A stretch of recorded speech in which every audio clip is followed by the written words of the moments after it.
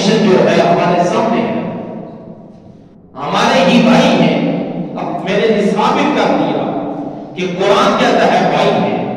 اور ان کے ساتھ ہمارا تعلق ایمان کا ہے۔ اب جس کے دل میں جتنا ایمان موجود ہوگا،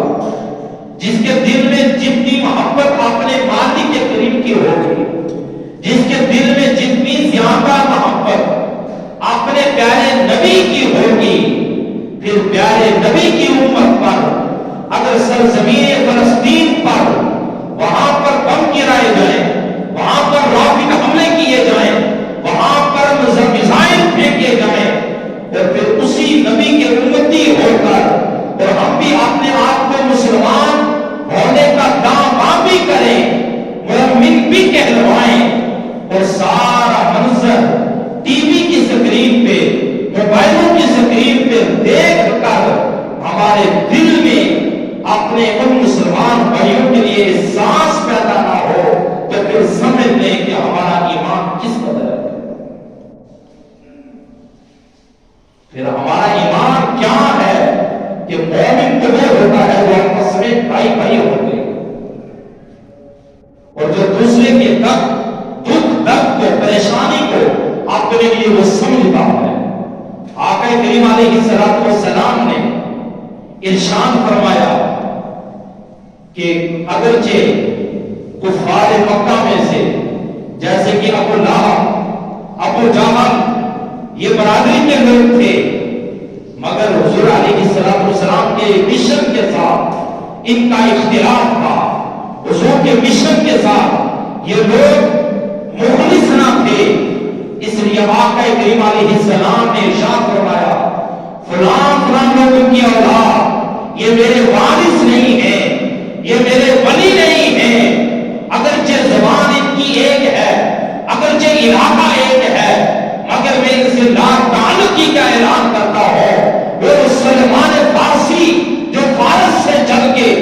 آقا کریم علیہ السلام کے قدموں میں آ کے حضور کا کلمہ پڑھ کے حضور کے قدموں پہ اپنی جان قربان کرتے ہیں، کریم آقا بھی محبت کی انتہا کر دیتے ہیں۔ کریم آقا فرماتے ہیں سلیمان منا اہل البیت، اگرچہ سلیمان مکہ میں سے نہیں ہے، ان کی برادری ہماری برادری کے ساتھ نہیں ملتی،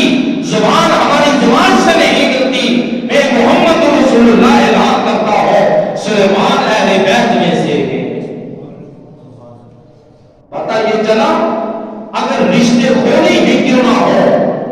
اگر ان کا تعلق حضور کے ساتھ نہیں، پھر وہ ہمارے بھی نہیں، اور ایک انسان فارس سے چل کے آئے، حبشہ سے چل کر اگر حضور کی غلامی اختیار کر لیتا ہے، ہمارے لیے وہ بھی ہمارے سر کا تاج بن جانا چاہتے ہیں۔ تو امام الانبیاء صلی اللہ علیہ وسلم کے غلاموں، اس انما المؤمنون اخوتی جو لڑی ہے،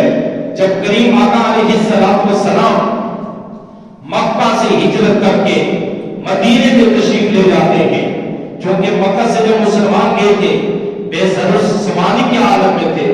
ان کی زمینیں مکے میں رہ گئیں، ان کی جائیدادیں مکے میں رہ گئیں، ان کا ساز و سامان مکے کی سرزمین پر میں رہ گیا۔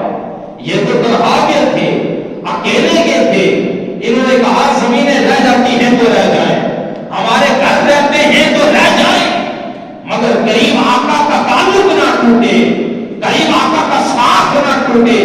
سب کچھ چھوڑ چھوڑا کے اللہ کے نام پہ، اپنے محبوب کے نام پہ، اپنے محبوب کے قدموں کی خاطر، اپنے محبوب کی عزت کی خاطر، اپنے محبوب کی محبت کے لیے وہ سرزمین مکہ چھوڑ کے مدینے میں پہنچ جاتے ہیں۔ اس کی ہوا پہ عظمت کی قائل ہے۔ جب وہاں پہ پہنچے، اب انصار سے ہوا جو مدینے کے رہنے والے تھے، انہوں نے بھی محبت کی انتہا کر دی، غلامی کی انتہا کر دی، وفاداری کی انتہا کر دی۔ آقا کریم علیہ السلام نے مواقعات مدینہ قائم کیا۔ ابو بکر آپ فلاں کے بھائی ہو، عمر آپ فلاں کے بھائی ہو، عثمان آپ فلاں کے بھائی ہو، ہر مہاجر صحابی کو انصاری صحابی کا بھائی بھائی کرا دیا۔ اور جانتے ہیں حضرت عبد الرحمن بن عوف، ان کا نام مالدار صحابہ میں آتا ہے۔ جب آپ کا رشتہ اخوت ایک انصاری صحابی کے ساتھ قائم کیا گیا، ان کا نام تھا سعد بن ربیع۔ جب حضور علیہ السلام نے دونوں کو آپس میں بھائی بھائی بنا دیا، اب انہوں نے محبت کی تو انتہا کر دی، وفاداری کی انتہا کر دی، غلامی کی انتہا کر دی۔ جب حضرت عبد الرحمن بن عوف کو حضرت سعد بن ربیع کا بھائی بنا دیا میری آقا نے، سعد بن ربیع حضرت عبد الرحمن بن عوف سے عرض کرتے ہیں، اے عبد الرحمن بن عوف، آپ تو ان خوش نصیب صحابہ میں سے ہیں جن کو کریم آقا نے دنیا میں جنت کی بشارت سنائی تھی کہ یہ جنتی ہیں، لہذا میں مدینے میں مالدار لوگوں میں سے میرا شمار ہوتا ہے، آپ کو میں اپنی جائیداد بھی آدھی دیتا ہوں اور میرے گھر میں سے اس کا بھی آدھا حصہ آپ کو دیتا ہوں۔ میری 2 بیویاں ہیں، جو آپ پسند کریں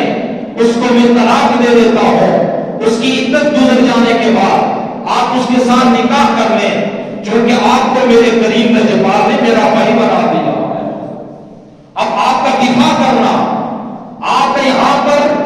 مجھے ہر لحاظ سے ہیلپ کرنا، یہ میرے لیے فرض بن چکا ہے۔ مگر حضرت عبد الرحمن بن عوف نے کہا، آپ کی محبت میرے سب آنکھوں پر، لہذا میں خود خدمت کر کے محنت کر کے اپنی زندگی بہتر بناؤں گا۔ انہوں نے خود مدینے کے جنگلوں میں لکڑیاں جمع کی، وہ کاٹی، اس کے بعد تاجر بن کے، بہرحال انہوں نے جو محبت پیش کی، جو انہوں نے وفا پیش کی، اس کا تو ہمیشہ چرچا تو ہوتا ہی رہے گا۔ انہوں نے تو بھائی چارے کی اعلیٰ مثال قائم کر دی کہ جو رہتی دنیا تک اس کی مثال رہتی جاتی رہے گی۔ اور آج ہم بھی مسلمان، کہ ہمارے مسلمان بھائیوں پر کس انداز سے یہود و نصارہ اس وقت سب ایک پلیٹ فارم پہ جمع ہو چکے ہیں اور وہ آپس میں میٹنگ کر رہے ہیں اور مل رہے ہیں اور یہی کہتے ہیں کہ ہم تو آپ کی جیت دیکھنا چاہتے ہیں، ہم تو آپ کی جیت دیکھنا چاہتے ہیں۔ اور افسوس، ہم مسلمانوں کے جتنے بھی حکمران ہیں وہ صرف اور صرف روایتاً رسم کے طور پہ قراردادیں ہی منظور کر رہے ہیں۔ یہاں قراردادوں سے نظام نہیں چلتا، یہاں ہاتھ اٹھانے سے نظام چلے گا۔ یہ وہ قوم ہے کہ جس قوم نے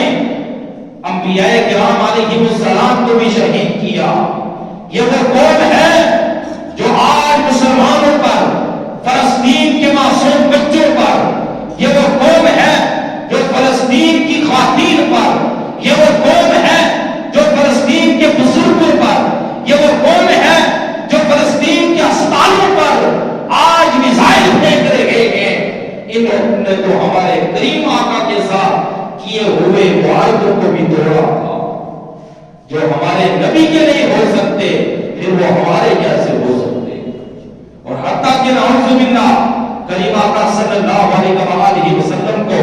انہوں نے شہید کرنے کی بھی سازشیں کی، مگر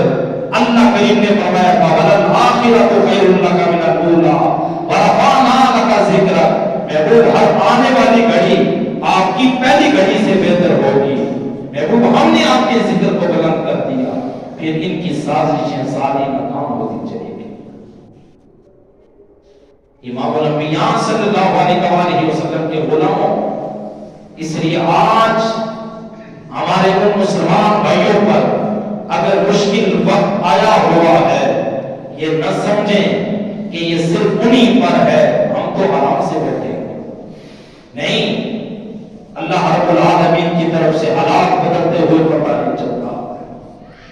اللہ رب العالمین کی طرف سے نظام بدلتے ہوئے پتہ نہیں چلتا۔ آج ان پر ہے، سوچئے خدا نہ خواستہ اللہ نہ کرے اگر ہم لوگوں پر ہو، پھر ہم بھی بیگاروں کا مددگار ہو جائیں گے، اس وقت ہم سوچیں گے کوئی آج ہماری ہیلپ نہیں کر رہا۔ اور آقا کریم علیہ السلام نے ارشاد فرمایا، مسلمان آپس میں بھائی ہیں، مسلمان نہ تو مسلمان پہ ظلم کرتا ہے، نہ ہی اس کی تحقیق کرتا ہے، نہ ہی اس کو بے یار و مددگار چھوڑتا ہے، آج دیکھیے کریم آقا کی اس حدیث کی روشنی میں کہ مسلمان کو بے یار اور مددگار نہیں چھوڑتا، مگر ہم جتنے بھی اسلامی ممالک کے لوگ ہیں، ہمارے حکمران ہیں، ہم لوگوں نے تو ان کو بے یار اور مددگار چھوڑ دیا۔ اور اللہ کے پیارے نبی صلی اللہ علیہ وآلہ وسلم نے ارشاد فرمایا جو مسلمان کسی مصیبت میں، کسی پریشانی کے عالم میں اپنے مسلمان بھائی کی مدد کرتا ہے، دنیاوی معاملات میں مدد کرتا ہے،